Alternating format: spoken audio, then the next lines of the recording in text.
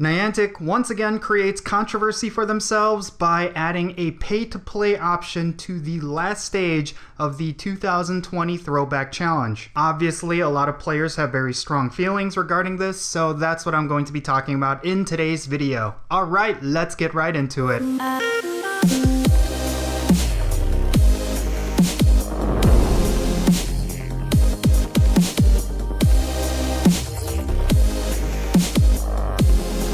How's it going, everyone? It's me, It's Count, here with a brand new Pokemon Go video. Today I'm going to be talking about the final stage of the Throwback Challenge and how Niantic is adding a pay-to-play version of it for players who did not complete all of the different tasks leading up to this challenge. This has certainly created a lot of mixed reactions within the community, but I'm actually okay with this move and I'm going to be explaining why. But real quick, if it's your first time here to my channel, make sure you hit that subscribe button and don't forget that little bell so you stay up to date on whenever I upload videos. And I want to give a quick shout out to my patrons on Patreon. You make this channel possible. If you want to support this channel in any way, I highly suggest you go and check out the links in the description below.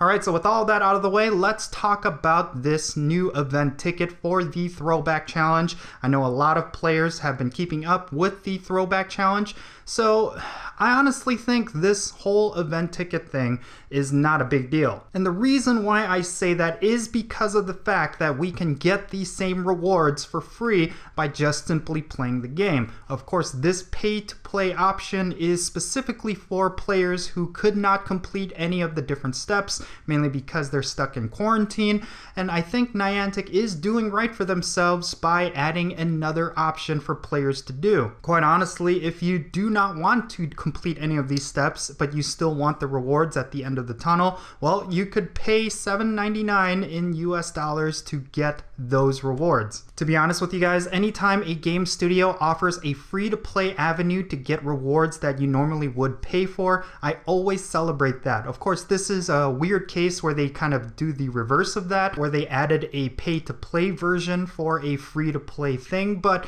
you know, I think this is okay. I honestly think this is okay. Now, I totally understand that a lot of players will be upset. They think that Niantic is once again being really greedy, and I could totally understand that. We've already had Genesect, and for Galarian Meowth, and for Galarian Stunkfish, we're going to be getting these in 7km eggs, so essentially $7.99 is a bit of a ripoff, but I could totally understand why they are doing this. They want to make sure as many players as possible are actively engaging with their events, and of course, they're probably looking at the numbers and seeing that not a lot of players were actually completing these different steps. Of course, to get the rewards at the end of this Throwback Challenge, you have to complete every single step in this Throwback Challenge. There was a Kanto one, we just had a Johto one, and of course the Sinnoh one is winding down, and we're gonna have the Unova one as well. So hopefully players are actively engaging in it so they don't have to pay these $7.99 in order to get the Genesect and all of the Galarian Pokemon. But if you were not able to complete this, Niantic is giving you another option. Now, was the timing of this move okay? Was the pricing of this event actually worth it?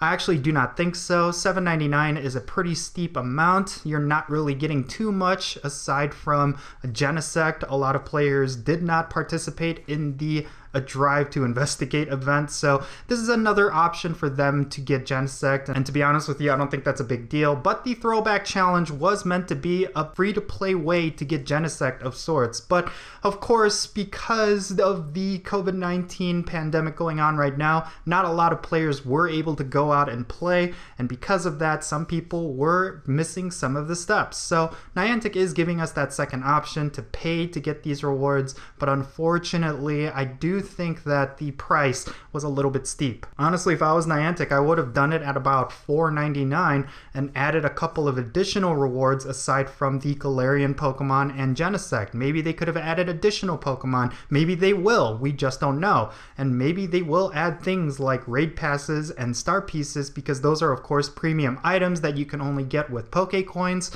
So I can understand if they added those to entice players to get this event ticket. We really just have to wait and see see if the value is actually worth it. Of course, you can still buy this event ticket even if you unlock the final stage through free-to-play gameplay, but I honestly don't think it's worth it. If you already are on track to get the final step of the Throwback Challenge, I highly suggest you do not buy this ticket. It's just not going to be worth it. It's going to be essentially a waste of money.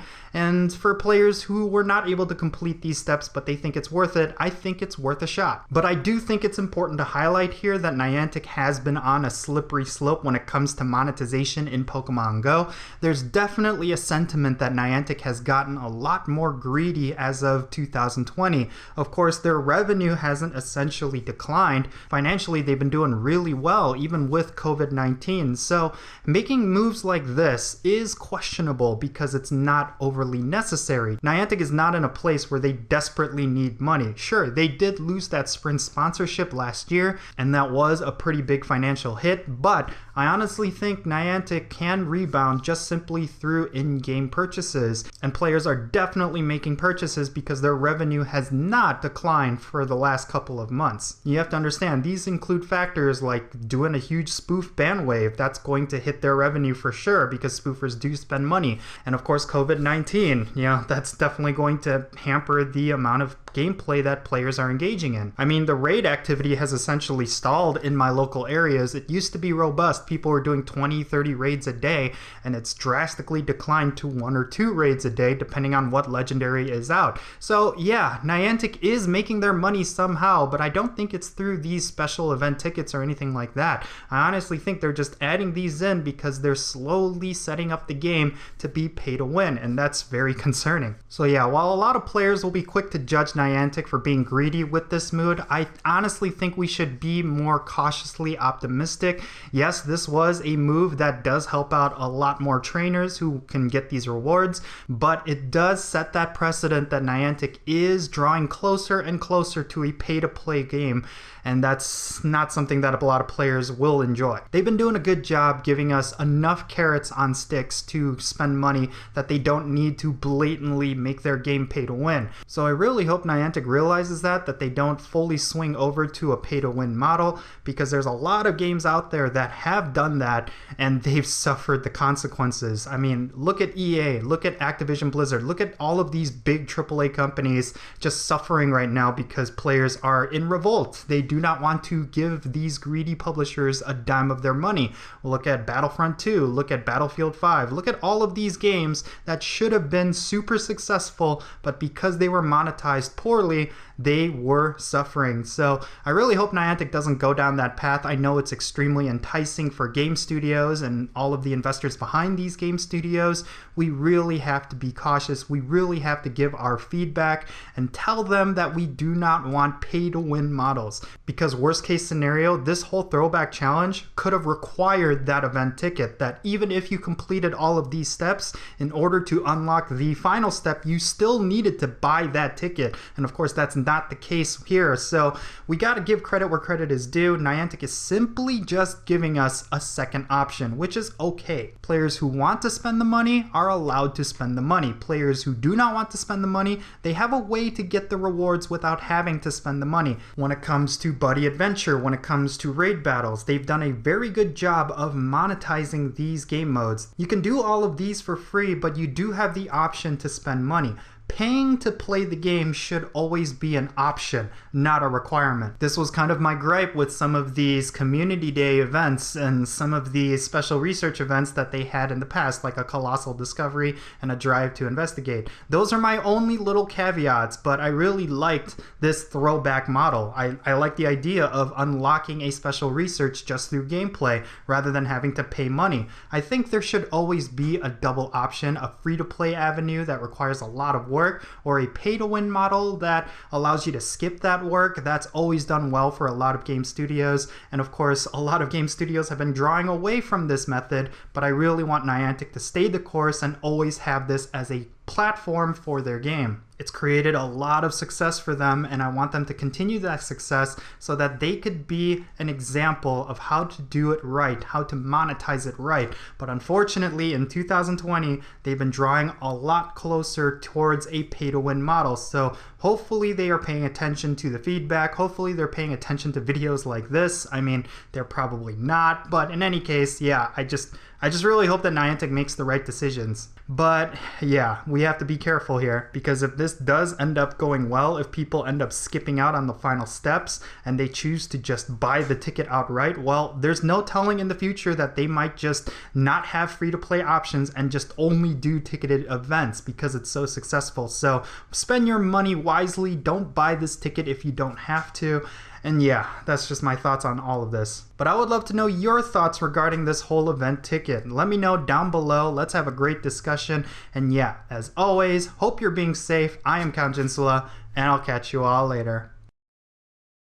How's it hanging, everyone? Before I end this video, I want to give a quick plug to my Patreon page. If you want to support this channel, I highly suggest you go and check out the link in the description below. Every little bit helps when it comes to these YouTube videos. So if you want to support this channel, if you love the content that I'm producing and you want to contribute, definitely go and check it out. I have a lot of nice perks, like if you want to be on my permanent friends list, or if you want to get exclusive content or participate in exclusive content that's coming soon, definitely go and check it out. And to all of my patrons, I thank you for supporting my channel. I really hope you enjoyed this video, everyone, and if you did, don't forget to hit that subscribe button as well as that little bell so you stay up to date on whenever I upload videos. Follow me on social media at Count Jinsula. Leave your thoughts in the comments below.